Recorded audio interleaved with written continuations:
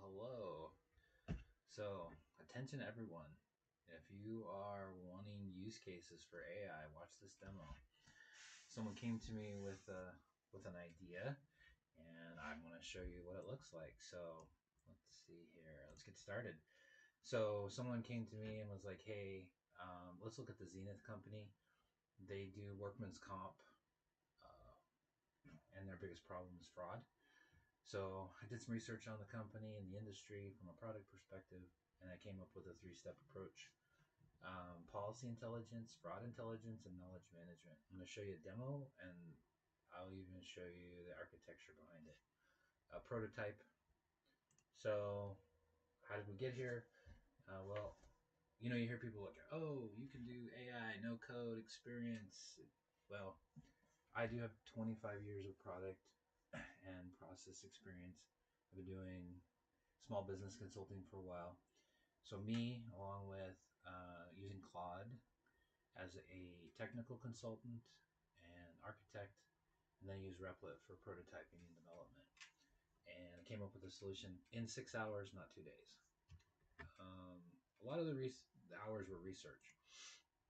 So let's cover this system. So we're going to talk about policy intelligence, fraud intelligence, and knowledge management, which are these three icons up here. And there's these 3 pages here. So who does this apply to? It applies to underwriters, risk managers, claim adjusters. So how can we get them information quickly? Let me pull up my screen here.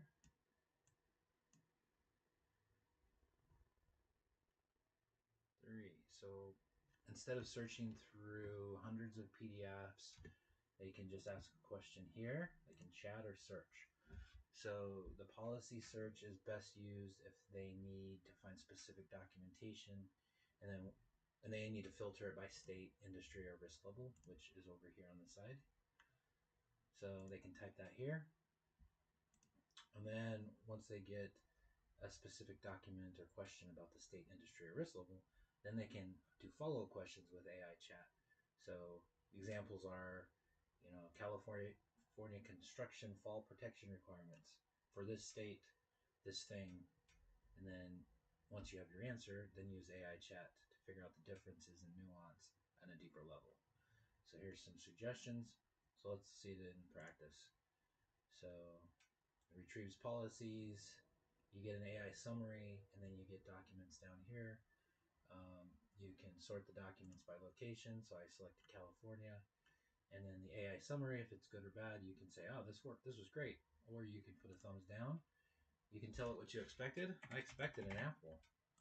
What did I get? Got an orange. And then I submit feedback. So this is the policy intelligence part. And then knowledge management, which we'll get more into deeper here in admin dashboard. The feedback shows up in the search. You can see that the user expected an apple and they got an orange. You can see the query and the documents that showed up. So we'll get to that later, but more to come. So let's see what else we got here. You can also chat with the assistant to get more detailed information. This isn't fully vet out. This is kind of like mock data, but give you an example. It gives you an answer, gives you sources, and then you can keep digging deeper, peel back layers through the chat. When you're done with this chat, you can delete the chat and start a new one. And that also shows up in the admin for certain users to be able to evaluate the answers. So you've taken a 20-minute digging through documents into like 2 seconds to do the search, and then probably another minute or two to get the information that you wanted. All right, now we're going to move on to fraud intelligence. It's called Claim IQ. So this is where it gets powerful. So meet John Smith on the side here. Lots of red on the screen. So he's a fictional claimant with red flags. He's had 3 prior work comp claims. His current status or claim is for back injury after layoff notice. But his social media shows him deadlifting at the gym. So check out this. So you've got, it pulls in data. The overview is the analysis of all the things we're going to see. And then you can chat with the bot about the analysis on this screen. But you got your social media tab. which pulled in information from TikTok, Facebook, Instagram. Um, in TikTok, it found a picture. It understood what the picture was doing, and there was inconsistency, and you can see what screenshot it based it on. See if it, because it might not be that guy. And then pull in surveillance records, medical. Um, this is interesting. Pre-existing conditions, claims history. You can see how often he's doing that in public records. Oh, look, he just filed for a permit to build a deck. Owner built. So, how does this work? If you want to see that, just click on the screen. So, for the Claim IQ, you've got some APIs. Depending on what kind of thing you're doing, you'll use one of these three APIs. Let's go down here. This is really cool. So, the multi-source retrieval. You've got information from claims data, medical records. It gives you possible data vendors, public records, social media, surveillance, and employment and background. So basically it takes all those buckets, so let's say 6, and it gives you a possible score. And then if you want to know more about the score, you go to the overview and you can be like, hey, what evidence contradicts the claim back injury? I don't know that I have this set up yet. Oh, yeah. So 6 pieces of information from social media and surveillance footage, and then each referenced material. Also gives you current claim, current employment, injured 13 days after receiving layoff notice. Fishy. Pharmacy records. Oh, it looks like he's filled prescriptions from 4 different providers in the past 12 months. So they call that doctor shopping pattern. Pretty cool. All right, so the benefit here is you've taken 10 to 20 hours of research into like 3 to 6 minutes. And that could be, you're saving the time of the investigator and the payout of the quality of the payout. So this could be a $45,000 payout that you don't have to pay. So now let's talk about knowledge management. So let's go to the admin, specifically the dashboard, where you can upload new policies, re-index certain documents for the search. You can track what people ask and improve the relevance. You can create an audit trail, and there's analytics. So let's go over that real quick. So you got your documents, your searches, your relevance right here. It reveals what the relevance is calculated on, which you can change the weights here. Cancel out of there. And then positive feedback. So what that is based on is when people click the thumb up or thumb down. Let's get in the camera there. So there's some search history. Let's see here. This is the one we did earlier where we said this wasn't helpful. We can tell what we expected. We could export this and we could do research on this in AI and figure out, hey, are we getting more negative feedback from certain states or certain categories, regulatory safety claims? Maybe get with the claims department for their documentation of Florida and be like, hey, we're getting some really poor results here. Yeah, get with the team and be like, hey, is there any chance we need to update this document?